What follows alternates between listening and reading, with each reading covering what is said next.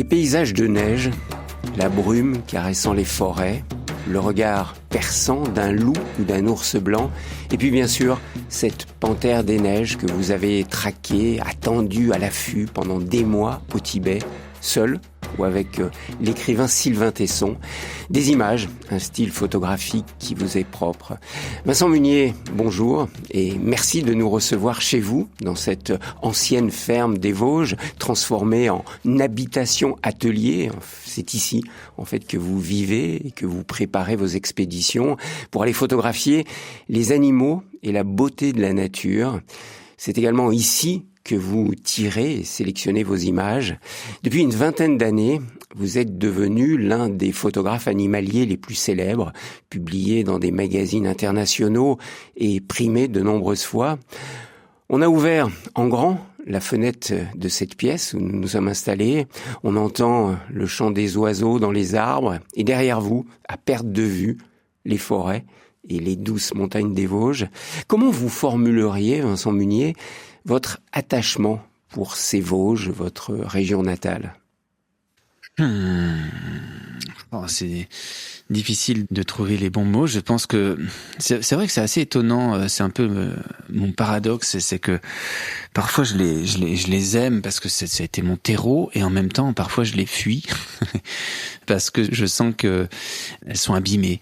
Mais comment décrire? Je ne sais pas. Il y a un côté très racine. Autant mon frère et ma sœur, eux, sont partis des Vosges, et moi, ça m'est compliqué, quoi. Ça m'est compliqué parce que je pense que la valeur de tous les instants que j'ai pu vivre depuis tout gamin face aux bêtes sauvages me font rester ici, probablement. Parce que j'y retourne, hein. Il y a un côté un peu nostalgique. Je retourne là où j'ai eu des moments juste incroyables. Et c'est des rendez-vous, donc chaque année je reviens. C'est Robert Hénard qui parlait de ça très bien. Il y a une source inépuisable, comme un infini, quand on va dans la nature. C'est vrai. Et là, c'est pareil, dans les Vosges, j'ai la sensation de pas suffisamment les connaître. Et pourtant, vous marchez dans ces forêts là autour de nous depuis votre enfance? Depuis mon enfance, entre la plaine, là on a ces deux rivières, là on est un peu à la confluence entre la Moselotte et la Moselle. Et donc, leur source est sur les sommets. Et moi, j'ai habité un peu plus en aval, avec cette forêt de rive et des forêts de plaine. Donc oui, c'est là que j'ai fait mes armes. Alors, ce que j'ai découvert, Vincent Munier, en lisant votre introduction dans ce nouveau livre, intitulé Munier, qui reprend vos 35 ans de vie de photographe, j'ai découvert que vous avez grandi, je vous cite, dans une maisonnette bordée par la voie ferrée et cernée d'usines. Et un peu plus loin, vous écrivez « Peut-être est-ce pour fuir cet environnement triste et bouché que j'ai cultivé le goût d'un autre horizon et aiguisé mon regard pour l'orienter sur la beauté du monde. Peut-être ou sûrement ?» Je pense sûrement. En tout cas, c'est une question qu'elle a en permanence. Et pourquoi je suis obsédé, je suis animé en permanence par cette recherche de la beauté dans le monde sauvage. Non, mais c'est intéressant parce que je pense que c'est ça. On vous imagine enfant ayant vécu toujours dans la forêt, et en fait on découvre que non, vous habitiez en bas dans la vallée, complètement, vers une zone industrielle en fait. Exactement, c'est ça. On était en banlieue d'une petite ville de 4-5 000 habitants, avec une cité où moi j'ai fait mon enfance école primaire j'avais que des amis maghrébins, turcs, et des usines, la voie ferrée, le train qui faisait trembler la maison. Et votre père qui enseignait la mécanique dans exactement, un lycée technique. Il traversait la rue, absolument. Et par contre, il y avait des friches industrielles. Déjà là, c'était les débuts d'une certaine harmonie et une certaine beauté du sauvage. Et puis plus loin, grand massif forestier, la Moselle. Donc il fallait quand même que je m'échappe, en effet, de ce monde-là. Ce monde un peu bruyant, pas un peu, même plus que ça. C'est comme un refuge. Ça peut expliquer, je ne sais pas, cette espèce de quête en permanence, parce que c'est devenu, comme je le disais, obsessionnel. C'est-à-dire, il y a mon regard qui est là et qui essaye de s'accrocher à tout ce qui peut me faire du bien à l'intérieur de moi. La beauté, en fait. La beauté. Quête de beauté, une espèce de nourriture spirituelle qui est toujours liée à la nature. Alors toujours, liée à la nature, souvent, vraiment. Beaucoup plus, j'ai l'impression. Puis aussi, je suis un peu triste de voir à quel point, finalement, l'arrogance de notre espèce, parce que souvent on se gargarise un peu avec nos œuvres d'art, nos musées, nos monuments. Mais c'est vrai que c'est quand même magnifique, évidemment. Mais qu'est-ce qu'on a délaissé l'art du sauvage de la nature. Et ça me chagrine. Vous voulez dire qu'on ne sait plus contempler suffisamment la beauté vraiment que nous offre la nature? Et qu'on est trop centré sur nos réalisations? C'est mon sentiment. C'est franchement mon sentiment. Et parfois, j'ai la sensation de vivre dans une autre réalité. Et ça me chagrine. C'est quand même juste pas normal qu'on considère si peu ceux qui nous entourent, quoi. Les non-humains. Et donc là, moi, j'ai cette sensation que c'est là où j'essaye un petit peu par la photo, qui est un moyen de transmettre tout ça, parce que c'est une chance que j'ai eue de grandir, malgré tout, avec des parents qui nous ont sortis justement de cette zone un peu industrielle et qui nous emmenaient en montagne, dans les rivières, faire du canoë, de l'escalade. Et c'est quand même pas donné à tout le monde. Et donc j'ai comme cette dette, en fait, de continuer à transmettre. Parce que j'ai la sensation que quand on rentre dans un système scolaire, dès l'école primaire, on nous fracasse un peu cette capacité à s'émerveiller qu'on a, étant gamin, on a tous ce capital-là qui est un petit peu érodé par ce qu'on nous inculque pour y arriver dans la vie, c'est-à-dire avoir un métier. Et donc moi, ma photographie, c'est un outil qui me permet de partager tout ça, ces émotions-là, et de voir à quel point il faut plus qu'il y ait de coupure. Visage. L'expression de l'être. Alors celui qui a beaucoup compté pour vous aider à porter un regard sur la nature et sur la beauté de la nature, c'est votre père, Michel. Vous êtes en train de travailler sur un film pour lui rendre hommage et merci de m'accueillir parce que je sais que vous êtes en plein montage. Et donc j'aimerais qu'on parle de Michel quand même parce que oui, il était enseignant, il enseignait la mécanique dans un lycée technique en bas dans la vallée, mais dès qu'il pouvait, il partait comme naturaliste. Observer la nature. Et c'est lui qui vous a donné le goût de la nature. Ben oui, c'est ça. C'est une chance inouïe, à mon avis, d'avoir eu une famille comme celle qu'on a pu avoir, mon frère, ma sœur et moi, vraiment. Et j'oublie pas ma maman qui était d'une générosité mais énorme. Elle était même excessive. Elle pensait plus aux autres qu'à elle. Et elle nous a tellement choyés. Et ça, c'était extrêmement précieux. Et accepter la passion dévorante de mon père et finalement de la mienne. Et puis après Sylvain qui était dans le canoë, Isabelle, ma sœur, dans la danse. Donc c'était, oui, on a quand même respecter la passion des enfants. Exactement. Même si on suivait, c'était évident qu'on suivait. On n'était plus comme à l'époque où vraiment désormais on est un peu, c'est un peu les enfants. On change un peu nos emplois du temps en fonction des enfants. Là, on suivait quand même, mais avec cet élan de la découverte, de la curiosité.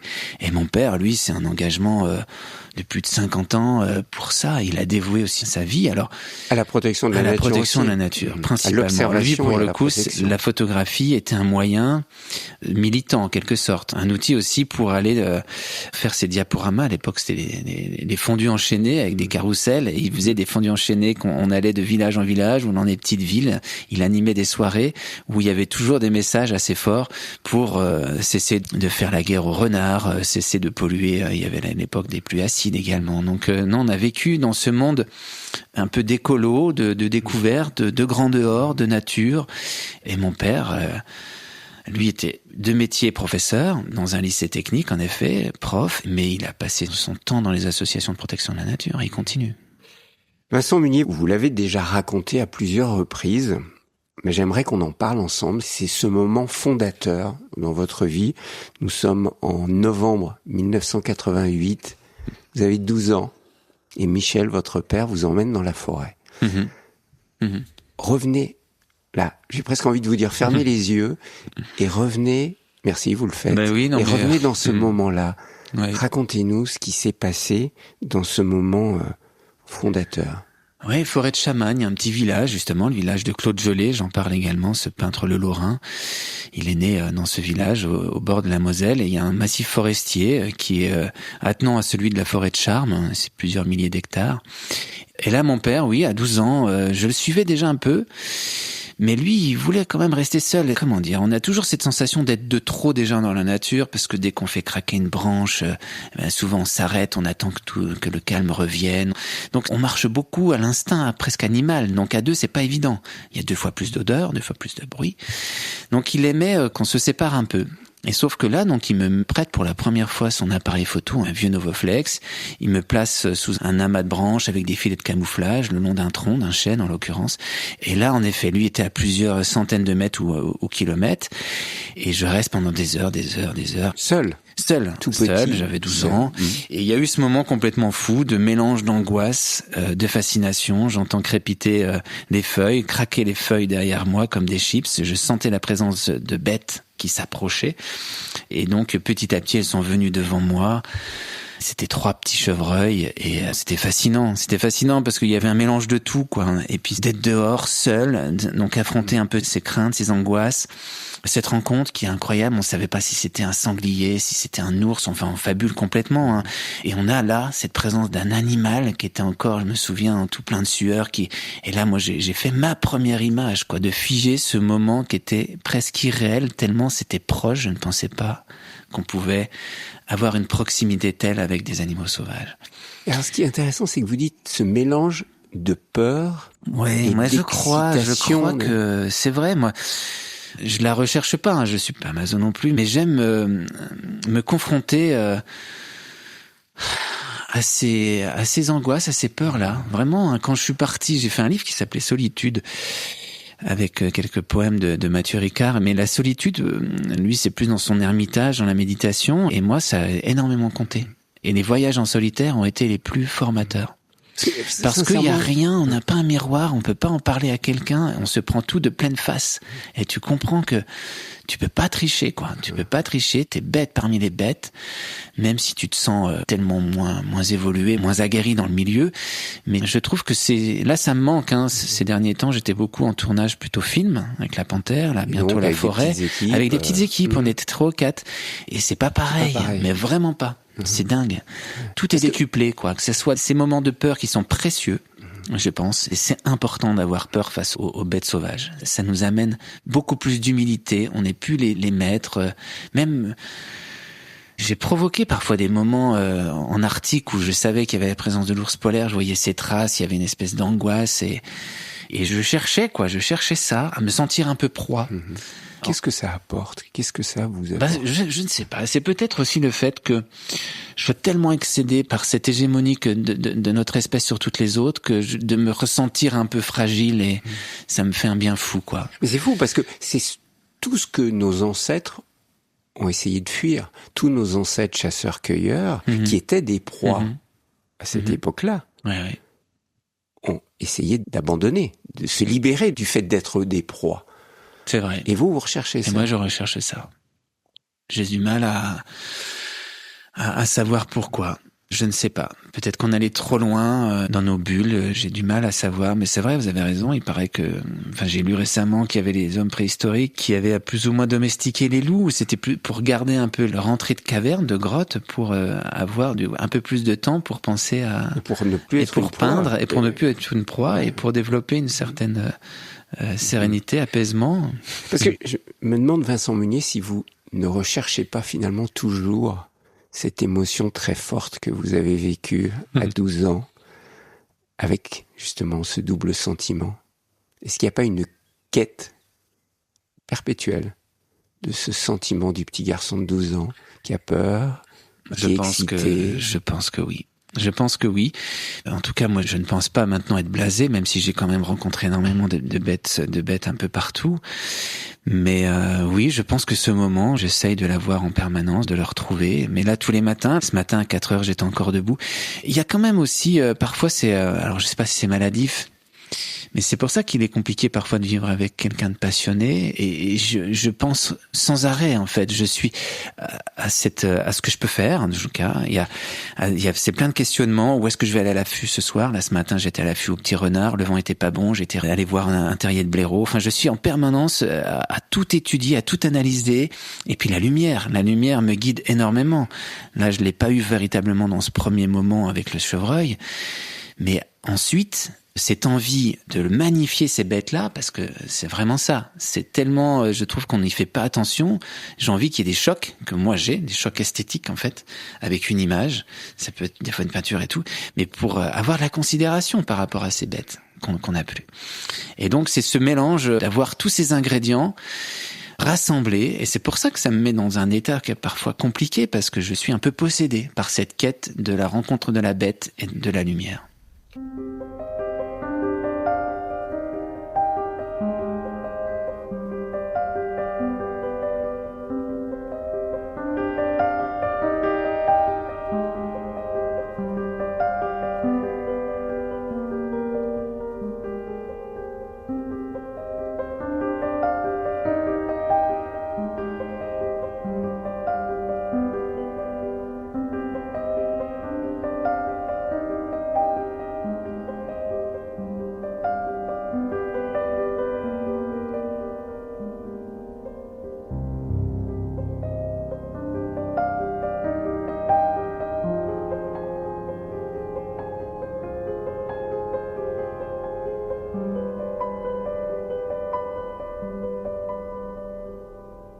Aujourd'hui, Vincent Munier, vous êtes un photographe connu, reconnu. Certains disent que vous êtes parmi les plus grands photographes animaliers au monde. Oui. Vous avez publié dans une multitude de revues internationales. Mais au début, j'imagine, quand vous aviez 18, 19 ans, vous aviez dit à vos parents, je vais être photographe. Ça n'a pas été simple. Non, ça n'a pas été simple. Et puis même là, j'ai toujours un petit peu de mal. J'étais très mal à l'aise par cette notoriété. Il y a un gros décalage entre les capacités à avoir pour être au plus près du sauvage, donc être effacé, être vraiment... Et puis après, cette notoriété où on nous sollicite énormément, où on est sur le devant de la scène, alors que moi, dehors, c'est toujours être en retrait. Donc ça m'est compliqué. C'est pas un excès non plus de modestie ou quoi, mais j'avoue que je le vis parfois mal, en tout cas. Et puis parfois, c'est pas vrai, quoi. Encore une fois, il n'y a pas de talent, il n'y a pas une démarche artistique non plus. Je suis un interprète. La nature est là. Je veux dire, l'artiste, c'est la montagne, c'est la rivière, c'est Vincent, tout. c'est là votre talent aussi. Arrêtez. Je sais pas si c'est c'est un votre talent. regard, c'est ce que vous arrivez à saisir, c'est le moment. La nature vous offre tout ça. Oui, Thierry, mais il n'y a pas de votre- création. C'est juste beaucoup de temps, en fait. C'est apprendre à vivre dehors, se poser. Le talent, il est peut-être juste là, de s'effacer. Et puis d'avoir Ça un revient toujours, regard. ça, Non, mais s'effacer. c'est m'effacer. Non, mais on est déjà tellement présent partout dans le monde que non, ça fait du bien de parfois de se retirer et d'être un peu plus, de se sentir minéral ou végétal, quoi. C'est de s'effacer. Et sinon, non, c'est pas un excès, mais le talent, j'y crois pas. Par contre, c'est être acharné, être tout le temps dehors et dans l'observation, quoi. Et je quitte jamais mes jumelles, je passe plus de temps dans les yeux dans mes jumelles que dans l'appareil photo. Et c'est cet acharnement qui vous a permis de devenir le photographe que vous pour êtes revenir à votre aujourd'hui. question, donc Parce oui, que je c'est ça. pense. Il y a des milliers de jeunes qui rêvent de devenir photographe, d'en vivre. Et il y en a peu qui y arrivent.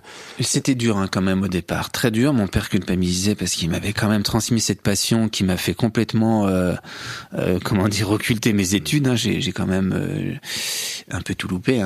3 fois le bac là. Que vous préfériez aller dans la forêt. C'était au mois de mai, juin. C'est là où la nature explose. Donc je préférais vraiment être à l'affût. Ça n'a pas de bon sens de mettre les examens au printemps. Il faut les mettre au mois de novembre où il fait nuit à 4 heures. C'est vrai. Et sinon, non. Donc j'ai quitté les bancs de l'école très tôt. J'ai fait des petits Et donc boulots, c'était très dur pour mon père. début, Et puis des petits boulots. J'étais maçon, j'étais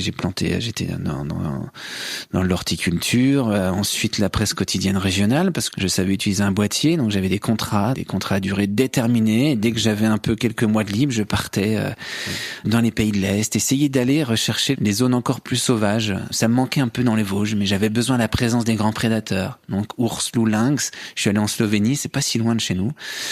Slovénie, Roumanie, et ensuite la Scandinavie, la grue m'a donné envie du voyage aussi. Cet oiseau qui passait au-dessus de notre maison en hiver, on l'entendait croasser là, mais c'était juste, moi j'ai des souvenirs de gosse, c'était incroyable. On courait, on avait la banane, on entendait tous ces vols d'oiseaux qu'on ne voyait pas finalement, il y avait que le son. On avait la sensation qu'il y avait des grenouilles qui croassaient sur le toit.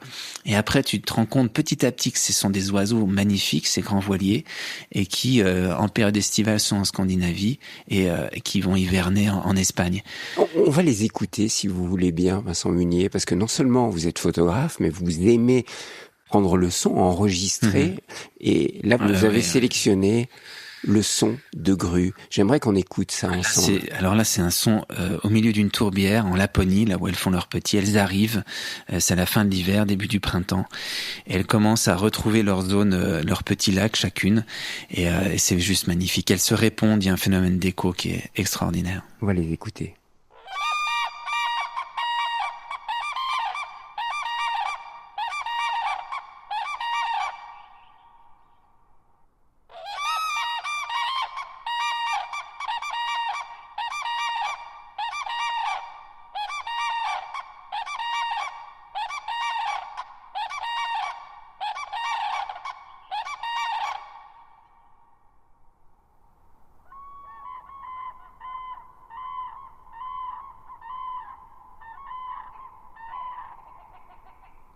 Vincent Munier, ce son des grues qu'on vient d'entendre, c'est évocateur de ce que vous aimez aussi quand vous êtes à l'affût comme photographe, que beaucoup s'imaginent que c'est la vue que vous développez. Mais est-ce que, en fait, vous développez tous vos sens quand vous êtes à l'affût?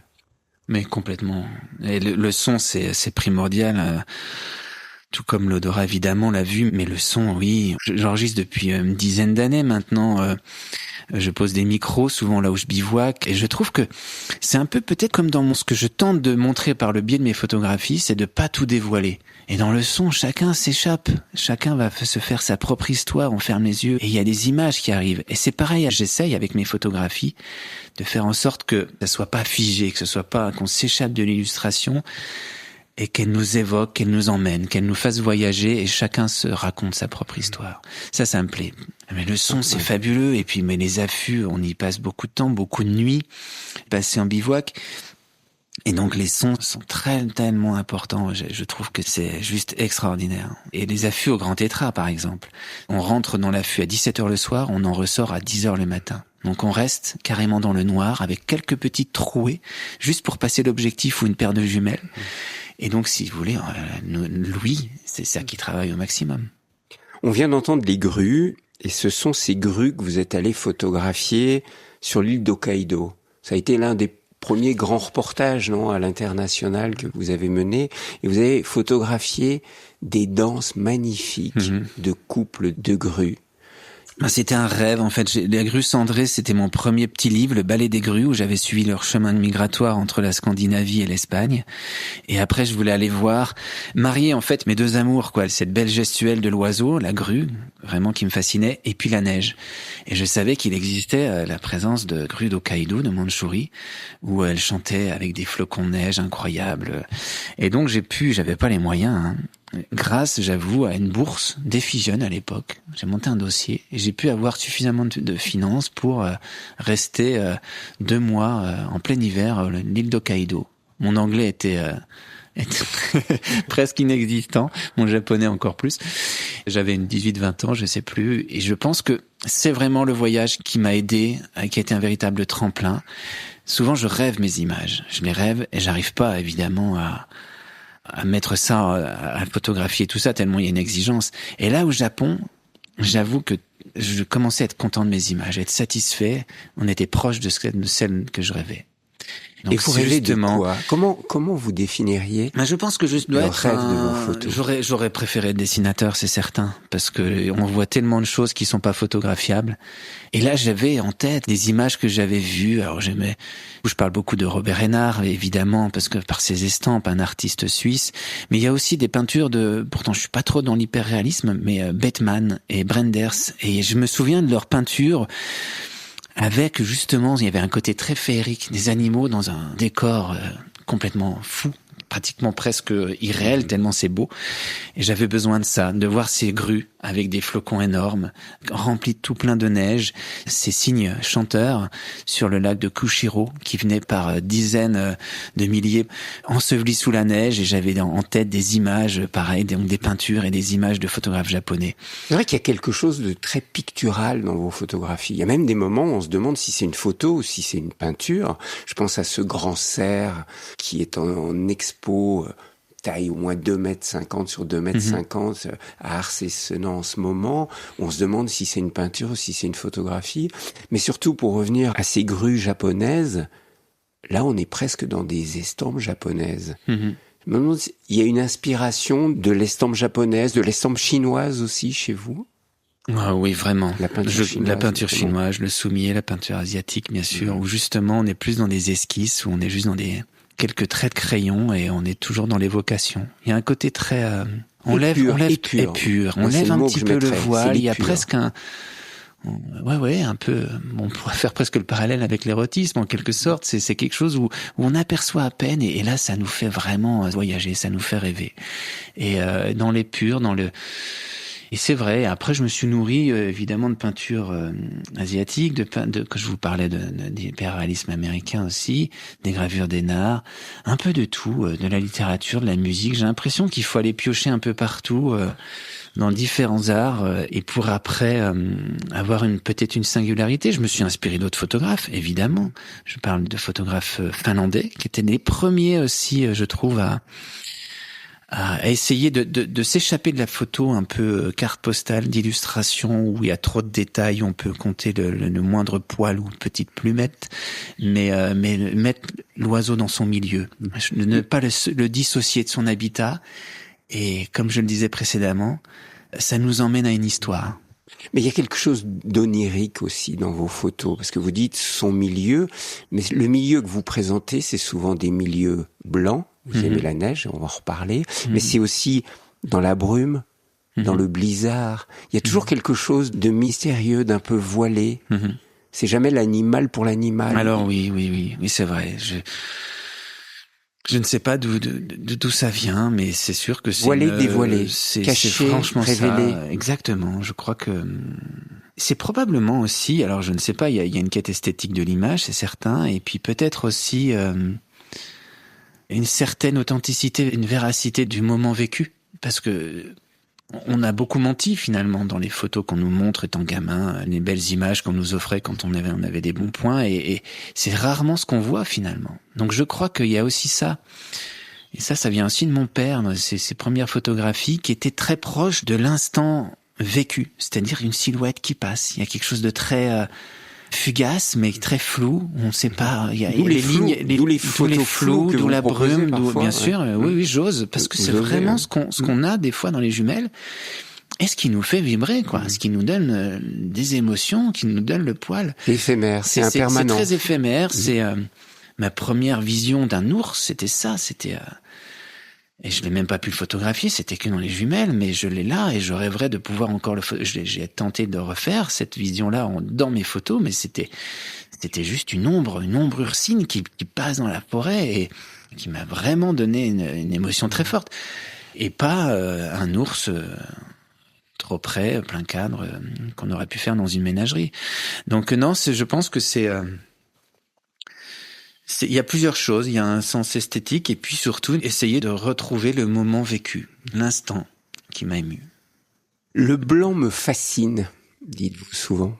Pourquoi il vous fascine autant, le blanc? Et ce blanc de la neige, bien sûr. Alors c'est que là, juste, je prenais, dès qu'il neigeait sur les crêtes vosgiennes, sur les Hauts-de-Chaume, mon père m'emmenait, après chacun de notre côté, on se séparait pour aller essayer de photographier les chamois au cœur des tempêtes, le blizzard aussi. C'est très étrange, mais dès que les conditions météo commencent à être un peu violentes, les tempêtes, des pluies, des bourrasques, quand la nature, se déchaîne et nous ramène à une certaine petitesse et une vulnérabilité, j'ai le sourire. Je suis heureux, je me sens vivant. Combien de fois j'ai hurlé quand j'étais en solitaire, là, dans les tempêtes? J'étais heureux, je me sentais vrai, vivant, j'étais là, ancré. Et je me faisais fouetter le visage. Mais je pense que je suis pas le seul. On est tous, je pense, à avoir ce genre de sentiment. Peut-être parce qu'on se sent vulnérable, j'en sais trop rien. Mais ce blanc, en tout cas aussi, ça, je reviens à cette quête esthétique. J'aime bien dire que et parfois ça efface aussi tout le superflu et ça garde un peu l'essentiel. Et ces petites notes animales dans un désert blanc, ça me plaît. Ça me plaît.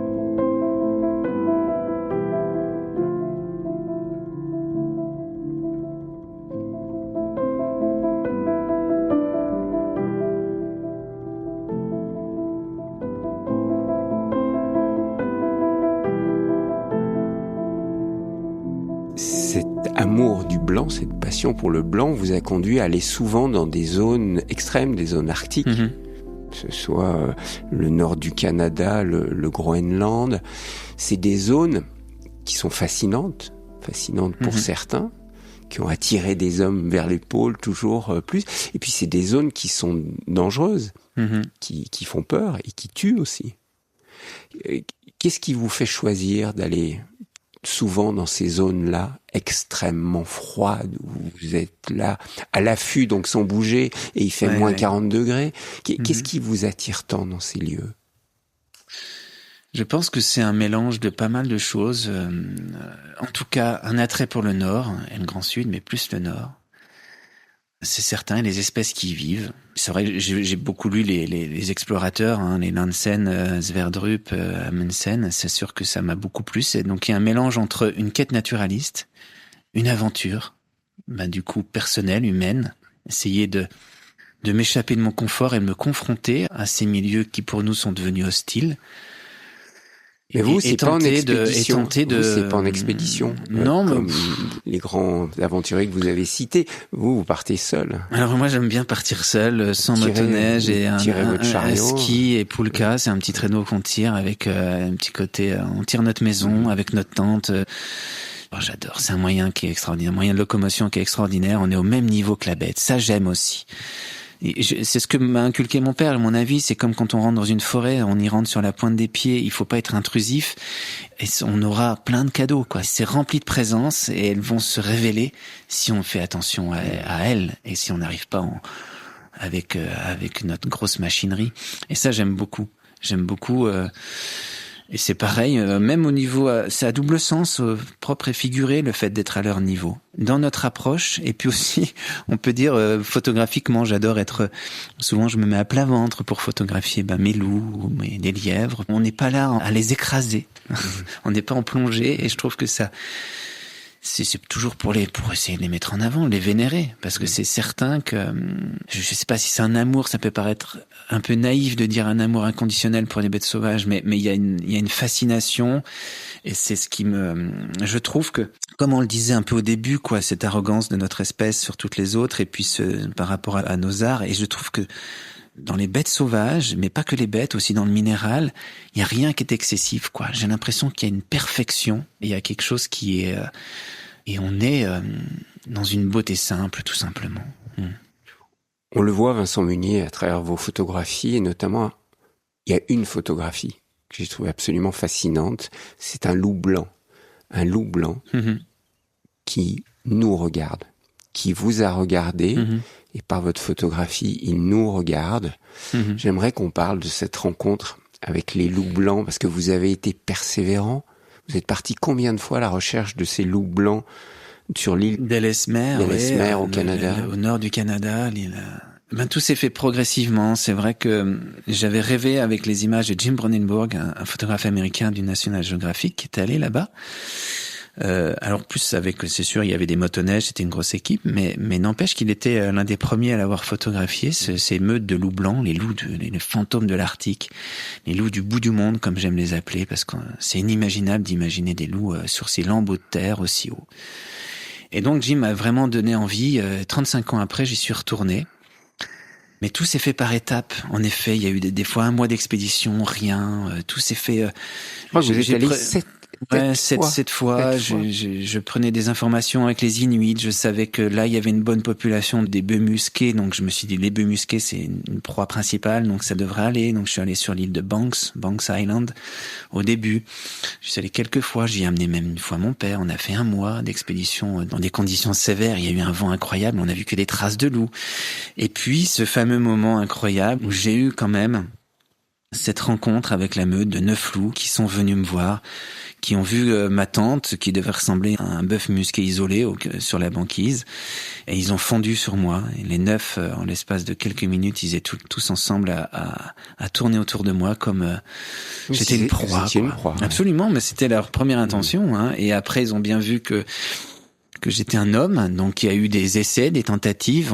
Moi, j'étais très serein. J'avais laissé mon fusil dans la tente. J'en avais un pour effaroucher les ours, en l'occurrence, ours polaires, mais pas du tout. Donc j'étais très serein, quoi. J'étais presque, même pas serein en fait, j'étais euphorique, tellement j'attendais ce moment depuis. Vous avez filmé semaines. ce moment, on le voit dans un film. Vous êtes là.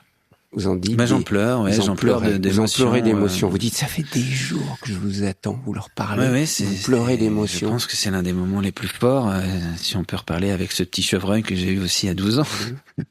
L'un des moments ouais, là, on est carrément, après, on est hanté à tout jamais par cette vision.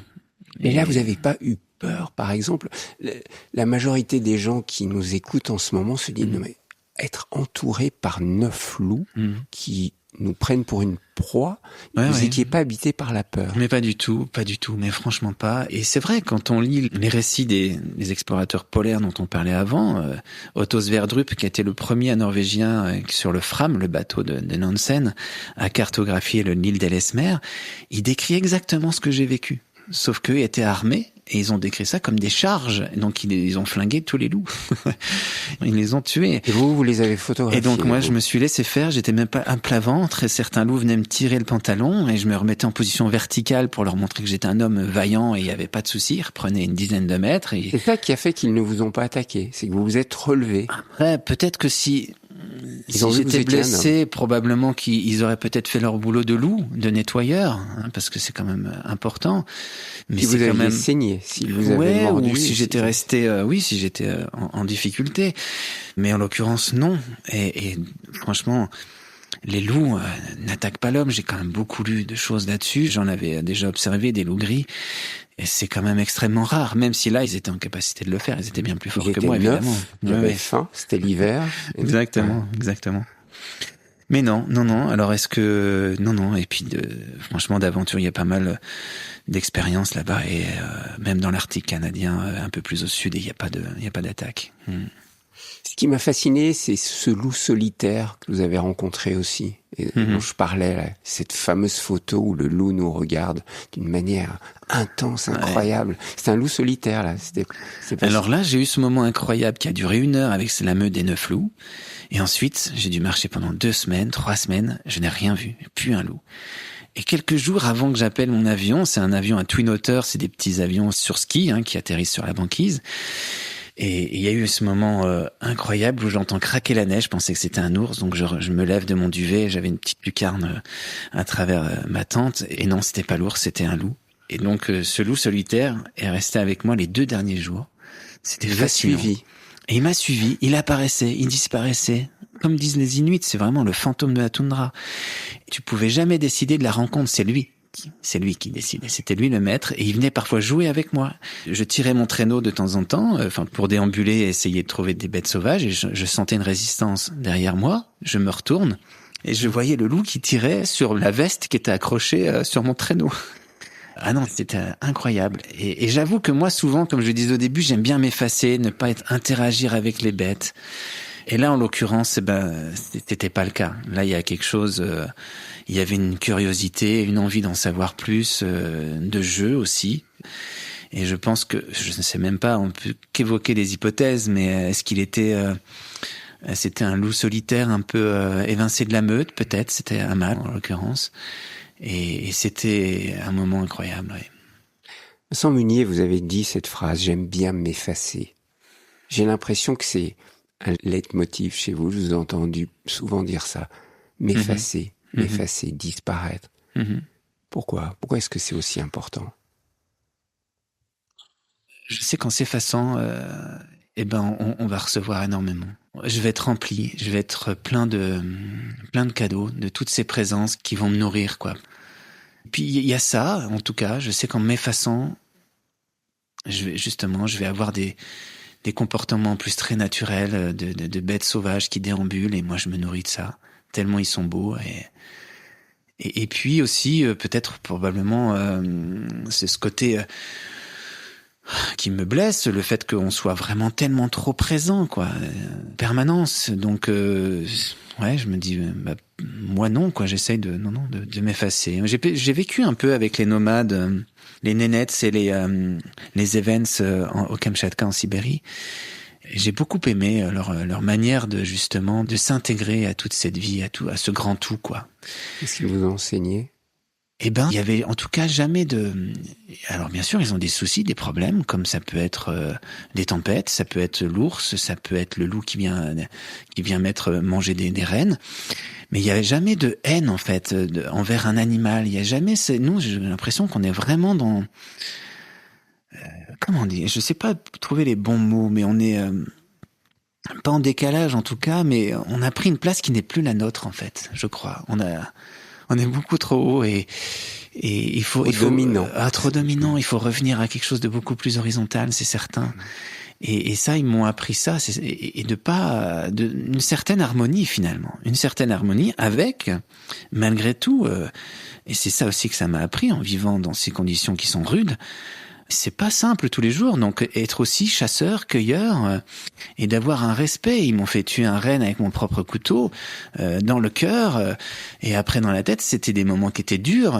Boire le sang chaud après, croquer dans le cœur, c'était des moments qui étaient tellement respectueux de la bête. Je t'enlève la vie pour continuer la mienne. Il y avait quelque chose de très fort. Je te remercie, il y a de la gratitude. Ah ouais, c'est vraiment ça. Et donc là, on est vraiment parti tellement loin de tout ça. Évidemment qu'il y a plein de choses extrêmement positives, le confort, le progrès qui peut être tellement fascinant, mais en même temps, waouh, un déracinement, quoi. This world has ears and rocks have eyes. Nature loves to hide. The world is a bush full of fiery eyes. Nature loves to hide.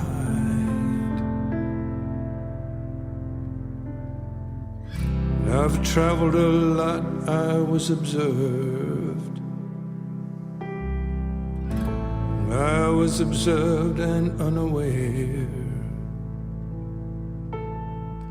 I've traveled a lot unaware. I was observed, I was observed.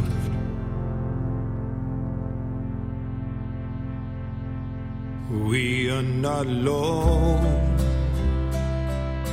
Good news for we are not alone.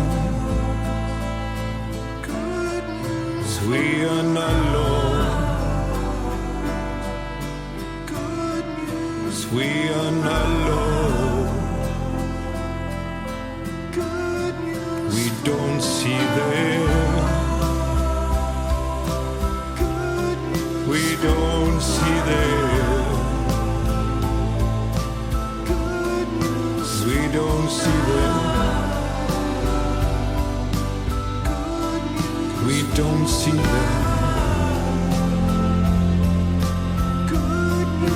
We are not alone. Still we are not alone. We are not alone. We are not alone.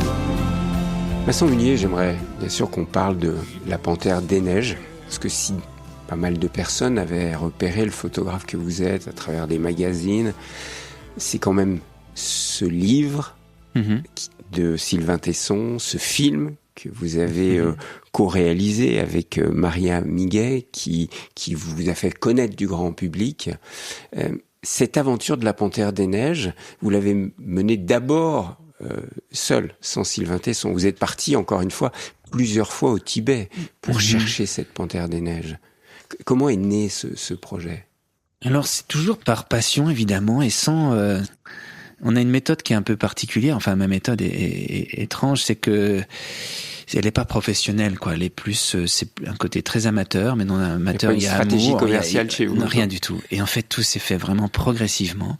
Et en effet, comme les loups blancs, la panthère, après avoir lu George Schaller, un naturaliste américain qui a beaucoup travaillé là-bas, qui a fait tous des inventaires des espèces, il était l'un des premiers à avoir vu et photographié la panthère dans le Chitral au Pakistan. Et j'avais envie de sourire. C'était un prétexte en me disant, je vais découvrir cet endroit-là. Et le yak sauvage, voyage. À l'image du bœuf musqué, c'est quand même des espèces qui sont un véritable écho à l'époque du paléolithique. Et ça me plaît beaucoup. De savoir qu'ils ont traversé des dizaines de milliers d'années, ça me fascine. Donc le yak m'a donné envie d'y aller. Je connaissais la présence de la panthère et me disant, voilà, j'y arriverai pas parce que elle est invisible, mais je serai chez elle, quoi. Rien que ça me suffisait. Et j'ai enchaîné les voyages. Des fois seul, des fois avec des amis, les uns derrière les autres. Et petit à petit, j'ai commencé à découvrir, à en savoir plus. Et j'ai vu mes premières traces du félin. Et après, j'ai ma première panthère. Et à la fin, je me dis, mais génial, j'avais accumulé beaucoup de vidéos, de films et de sons. J'avais beaucoup enregistré également. Et je me suis dit, là, il y a moyen de faire quelque chose de fort, un beau film. Mais il faut peut-être qu'on soit un peu plus ambitieux, que ça reste pas juste moi qui me raconte et ma quête, mais qu'on ouvre un petit peu, qu'il y ait une autre dimension, et puis de partager au plus grand public cette aventure avec la Panthère des Neiges. Et pourquoi choisir Sylvain Tesson ? Alors Sylvain, pourquoi ? Parce que j'ai lu sur les chemins noirs. Alors autant j'aime son écriture évidemment, et c'est quelqu'un qui a une écriture, dans le minimalisme aussi en fait. Il est dans l'économie des mots, je trouve. Il est très incisif. C'est un peu de la marqueterie, mais et j'aime beaucoup son ton en tout cas. Mais ses aventures un peu en solitaire dans les forêts de Sibérie ou autres, j'avais pas été véritablement séduit. Sur les chemins noirs, là beaucoup plus. J'ai trouvé qu'il avait fait un diagnostic un petit peu de notre France qui s'enlaidissait. Il y avait une dimension plus écologique qui était marquée. Et puis cette volonté de ce bonhomme, il a une volonté de faire. Après son accident, j'ai été séduit. Je me suis dit pourquoi pas. Il m'avait évoqué l'envie lors d'un festival de films d'aventure de me suivre. Et donc je me suis dit je vais lui proposer. Voilà. Mais vous lui avez fait découvrir la patience. Lui qui est pas forcément patient, qui aime bouger, c'est un voyageur. Il le dit d'ailleurs, la patience est à l'affût ce que l'impatience est au voyage. C'est bien les phrases de Tesson. La patience est à l'affût ce que l'impatience est au voyage. Oui. Vous êtes un patient, mais un patient à un degré qui semble hallucinant, capable de rester pendant des heures, des jours, des semaines à l'affût.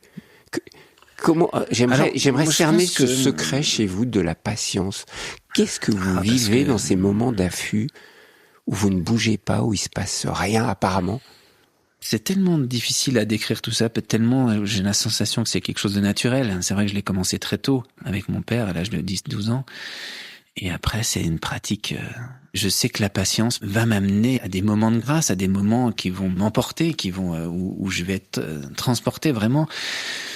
Donc c'est ça qui m'anime, et c'est vrai que je compte pas, je ne compte pas, et et en plus pendant ces moments-là, il m'est impossible, comme je le dis souvent, j'aime bien me mettre là dans la peau de l'animal, d'être un peu, il m'est impossible de lire, d'écouter de la musique, où tous mes sens sont en éveil. On parlait de Louis, mais voilà, tout le temps en permanent, il y a un côté qui peut être un peu pénible des fois de me suivre sur le terrain. En l'occurrence, Sylvain a été très patient. Contrairement à l'image qu'il donne dans les médias, il a été très discret, il parlait très peu et il écrivait très besogneux également. Il écrivait sans cesse. Et mais en l'occurrence, pour moi, j'ai l'impression que c'est pas une souffrance en tout cas. C'est une souffrance quand il fait froid. J'ai eu des soucis des fois dans les grands froids, quand on est en immobile. Mais l'immobilité, s'effacer.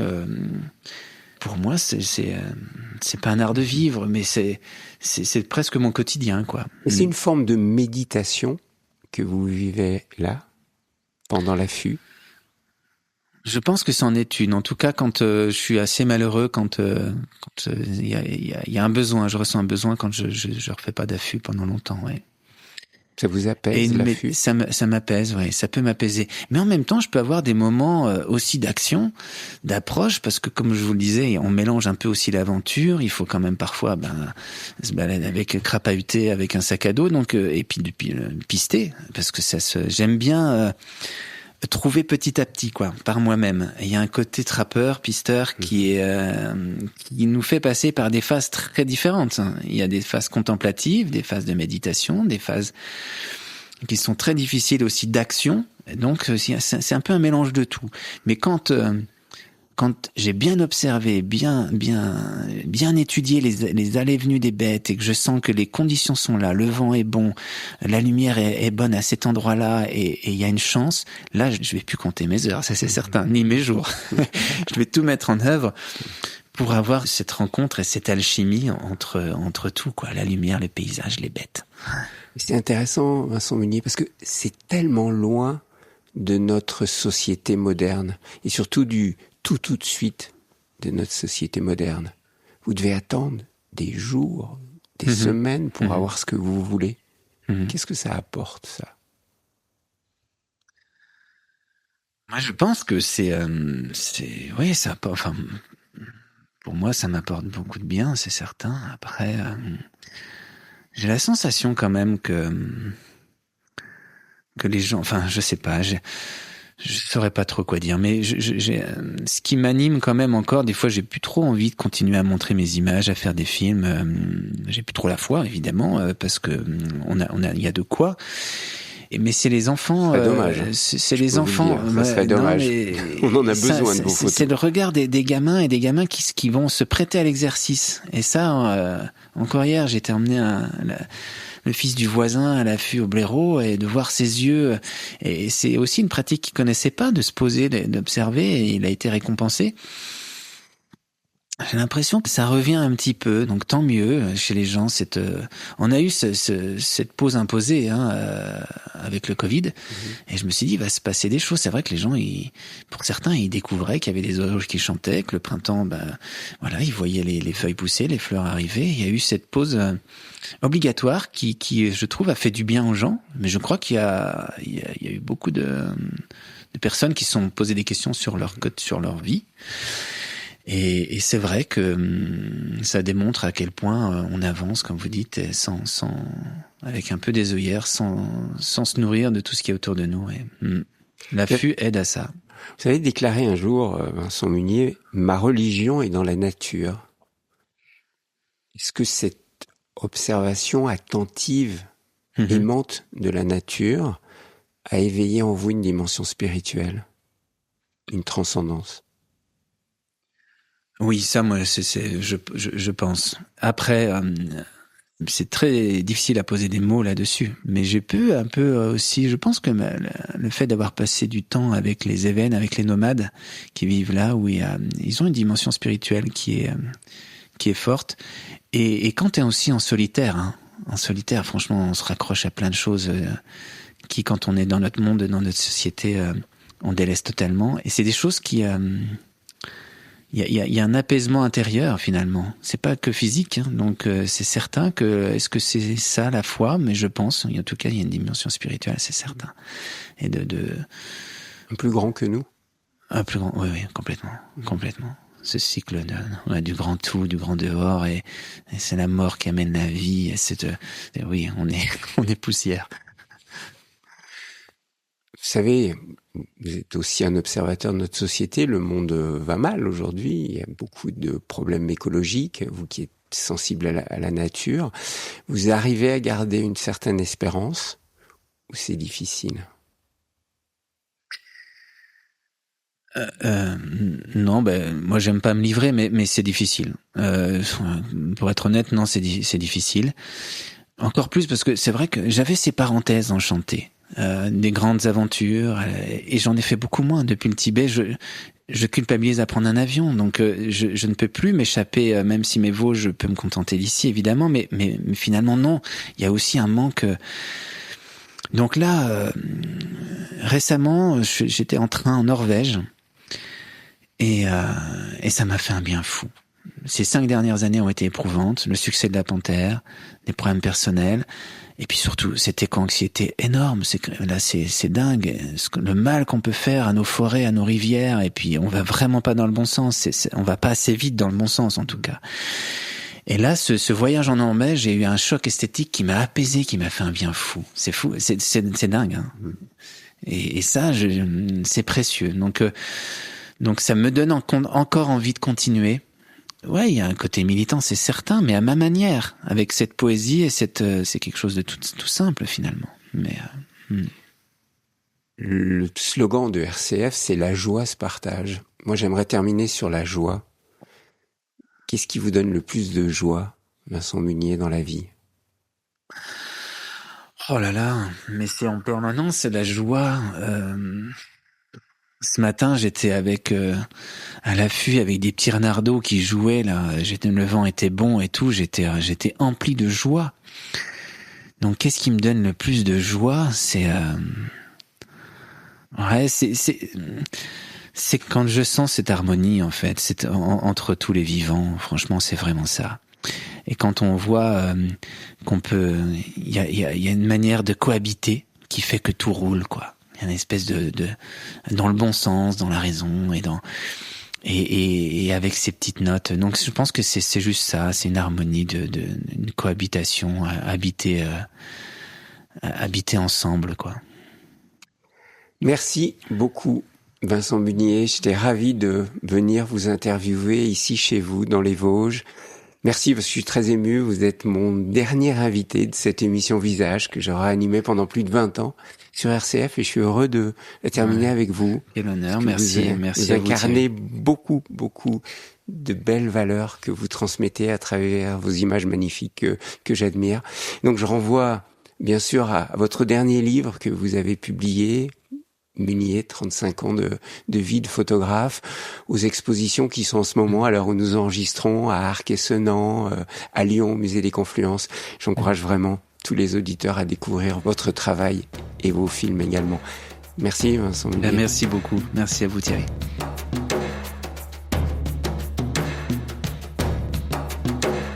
Cette émission Visage vous a été proposée par Thierry Lyonnais, réalisation technique Nathan Faure.